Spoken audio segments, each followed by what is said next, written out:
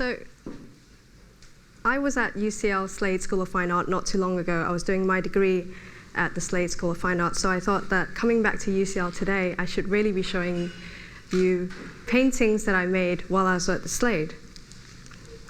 For lack of more creative title, at that point we called that the Big Painting Project in 2007. And as you can see, why we call it the Big Painting Project, it was a 6 meters by 1.5 meter mural, which I did in 8 days at Woburn Square.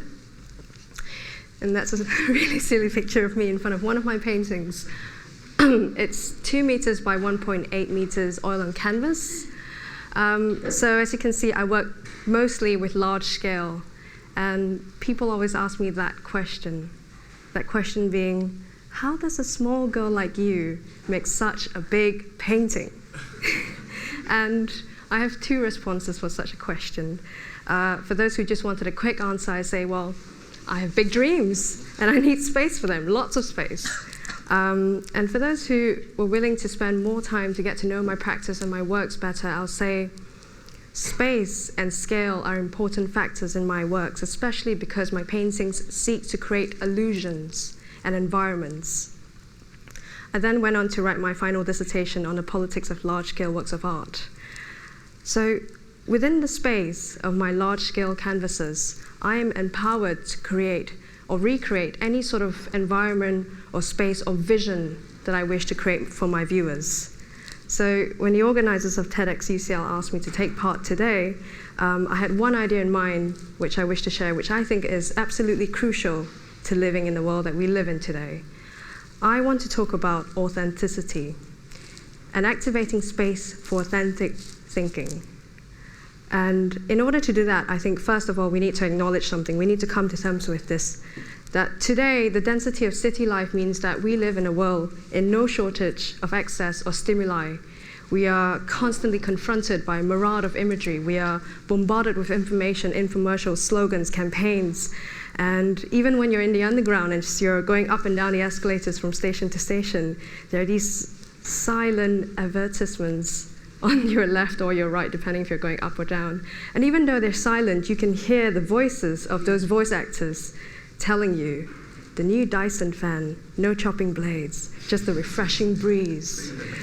So in the rush of everyday life, we end up with voices in our heads that are not of ours, but actually of many others.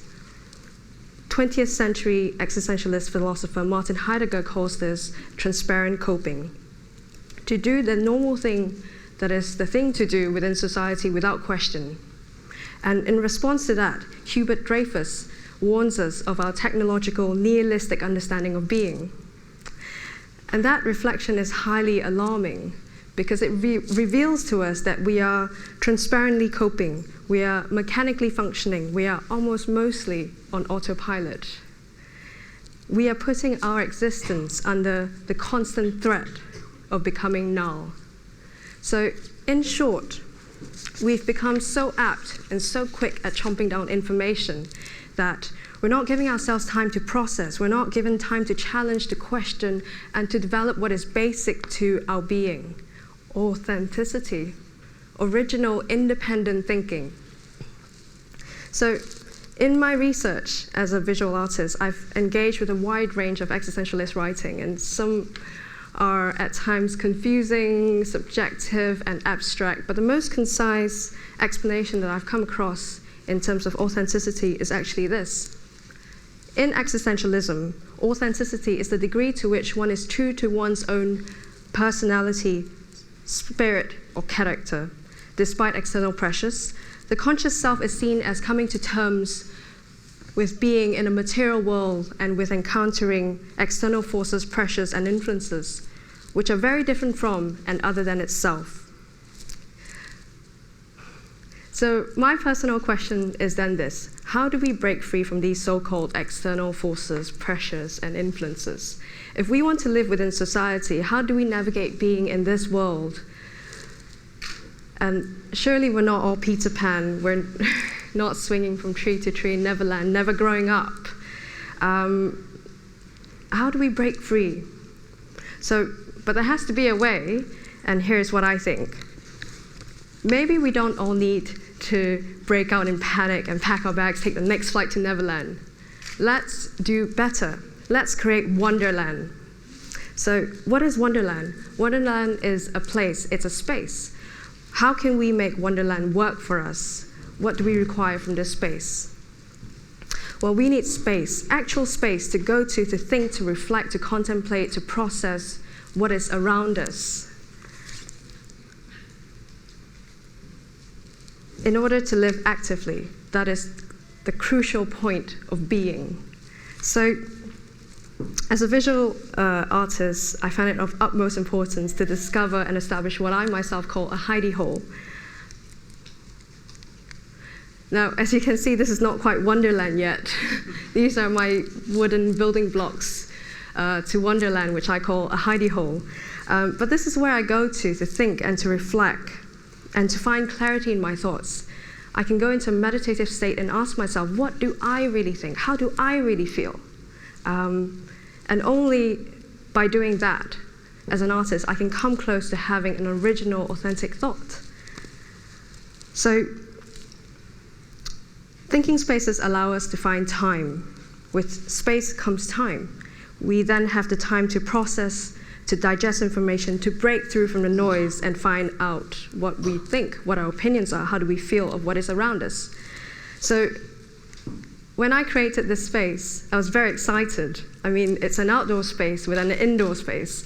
As you know, we all know the value of outdoor space in London is huge.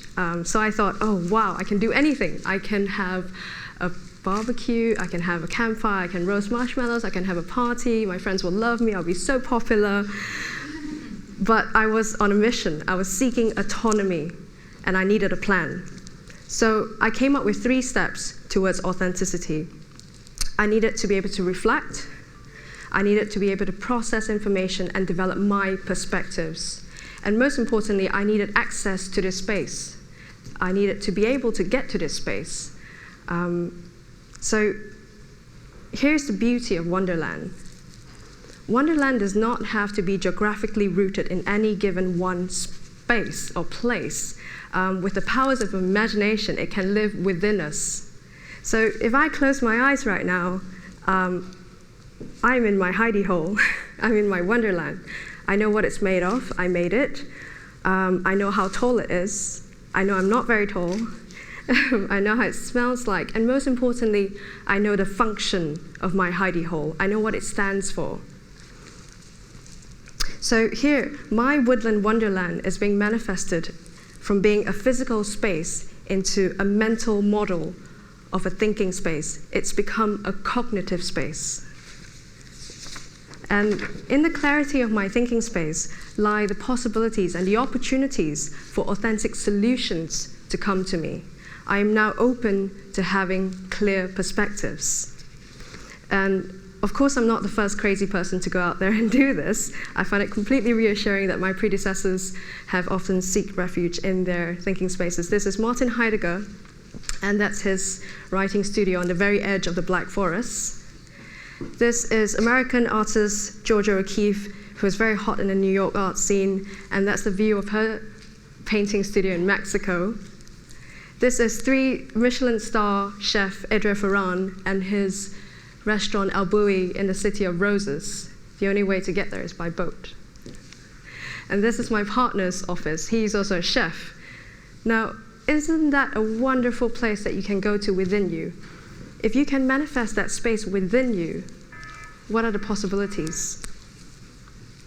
So then the next question I had to ask was, what are the consequences of authenticity within society? What happens when we empower individuals to go out there, find their own voices, find independent thinking, and establish authentic lives?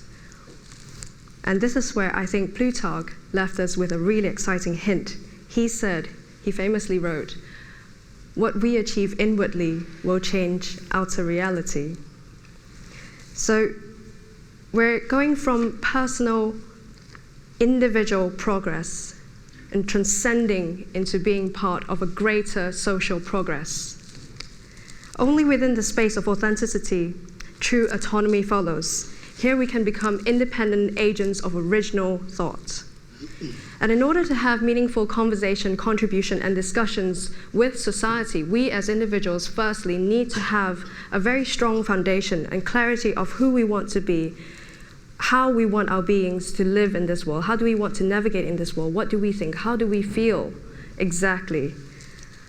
Only then can we be equipped to find the solutions for the complex problems of today. Complexity requires authentic problem solving.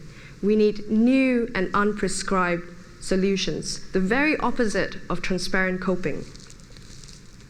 So this is what I want to leave you with today, this idea of manifesting a space for authentic living. So my message is be brave, don't be scared. Invest in a space, whether it be a physical one to begin with or a cognitive space within yourself. And only then can we envision a greater, far more fulfilling social progress on the whole. Thank you.